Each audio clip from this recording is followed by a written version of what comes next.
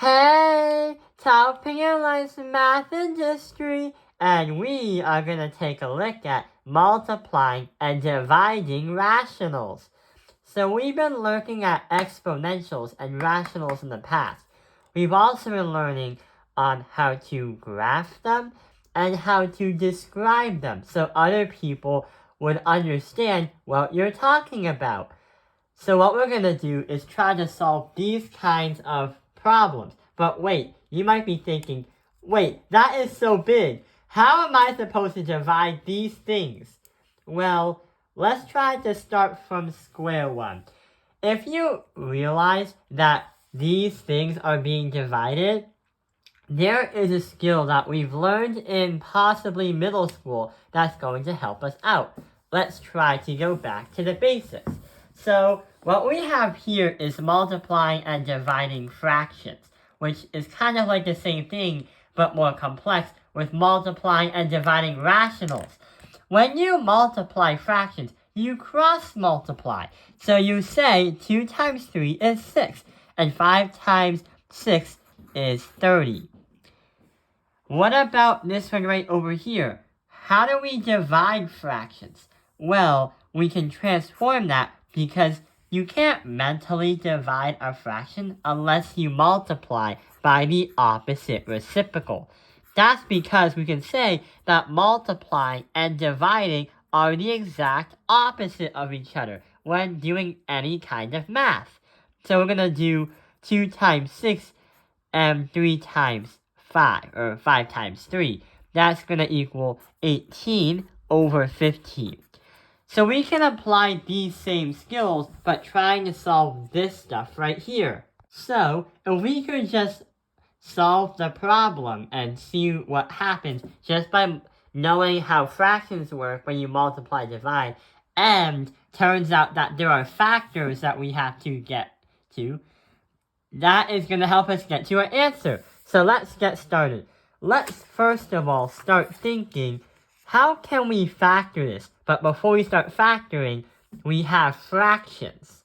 We can transform that into a new equation. Yeah, we can multiply. So I'm going to multiply these two things. We have x minus 4 and x minus 2 squared, or x minus 2 to the power of 2. We have x minus 4 on the top, and x minus 2 on the bottom with parentheses. But since we multiply, we switch the two, so they will be on top and on the bottom of each other. So x squared minus 3x minus 4 is going to go to the bottom. And x squared minus 4 is going to go to the top. So now we have a new equation that is equivalent, but we multiply by the opposite reciprocal. So what we can do now is try to factor it all out, because what we want is the most simplified answer, but also have a bunch of factors, so we know what numbers to put in or what numbers we can't put in. For example, x minus 4 is already a factor. We can't really do anything, but we can say x minus 2 squared. So, we can transform the x minus 2 and expand it to x minus 2 in parentheses and x minus 2, because it's happening 2 times. So we don't really need to do any complex factoring. Then we multiply. But what about the one on the bottom? Yeah, I think we need to do some complex factoring. So we can use the diamond problem. Here's -4 and -3. What can multiply to -4 but add to -3? Well, what we can do is we have 4 and 3. Or should I say 4 and 1?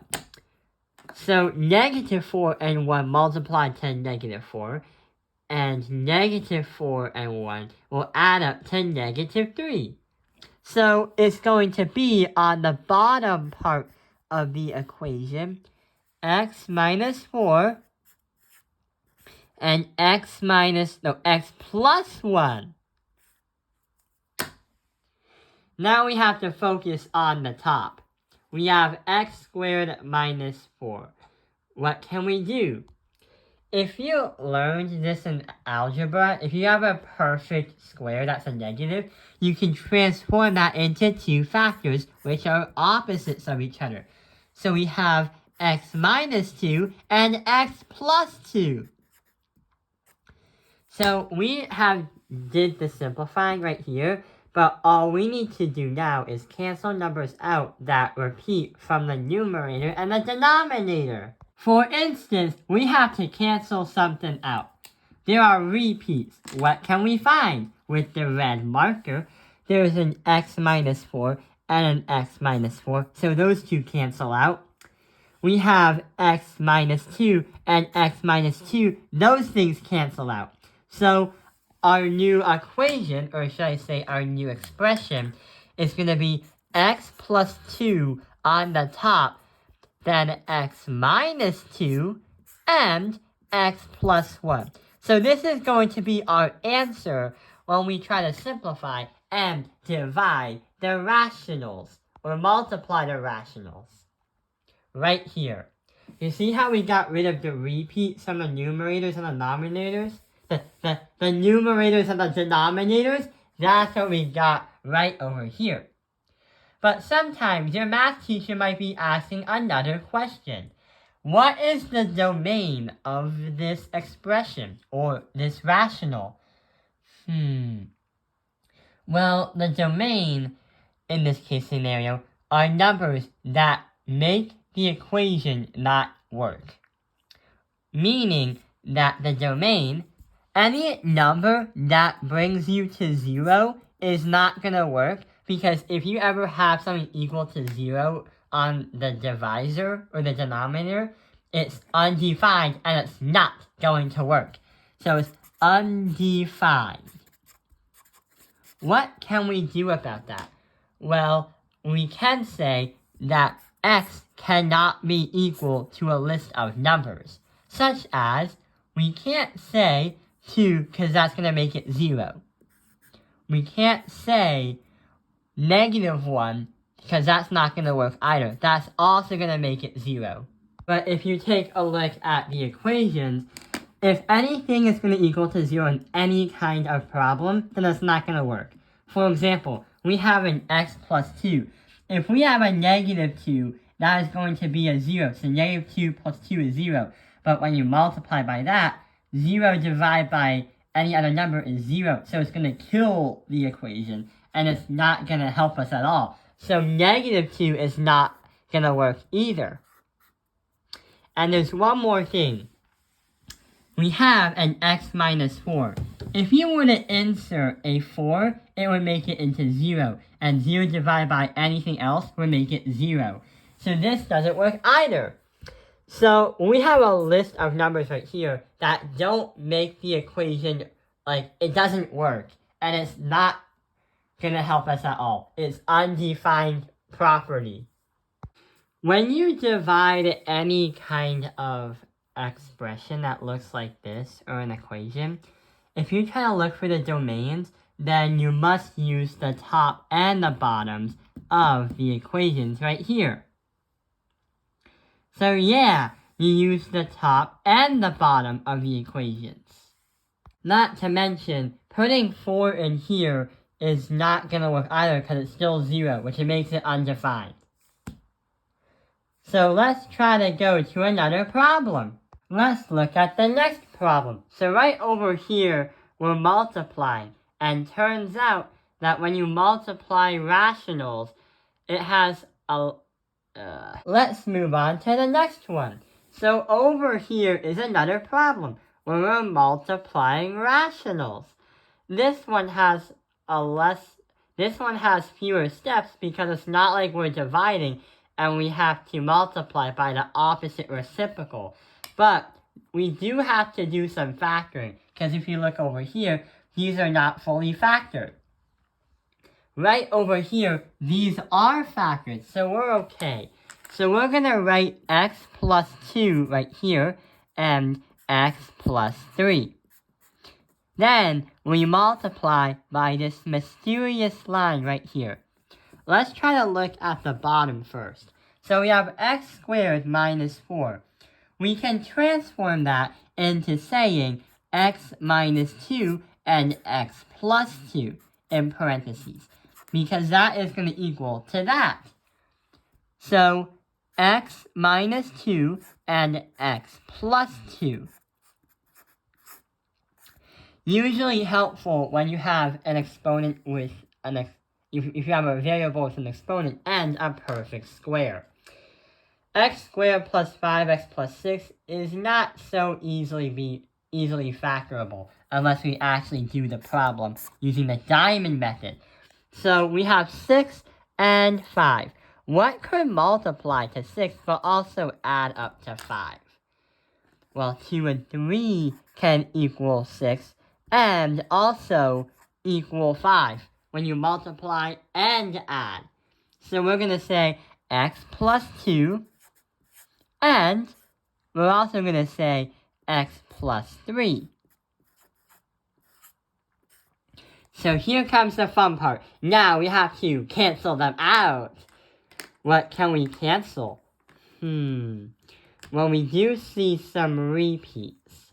We can say that there is an x plus 2 and an x plus 2, so we can cross them out. We could also say that there's an x plus 3 and an x plus 3, so we can cross those out. We could now say x plus 2 and x minus 2 is our final answer. So those right here is our simplified expression when we multiply these. Now, before the video ends, let's try to find the domains. So, what numbers can make the equation or the expression not work? Meaning it's undefined. We have an x minus 2. If you put a 2 into the equation, then it's not really going to help us. So we're going to put a 2 right here, because that is going to make it 0 right here. We also can't put a negative 3, because it's also not going to help us at all. So negative 3 is not going to help us either. And there is one more thing that is very, very questionable. We have an x squared minus 4.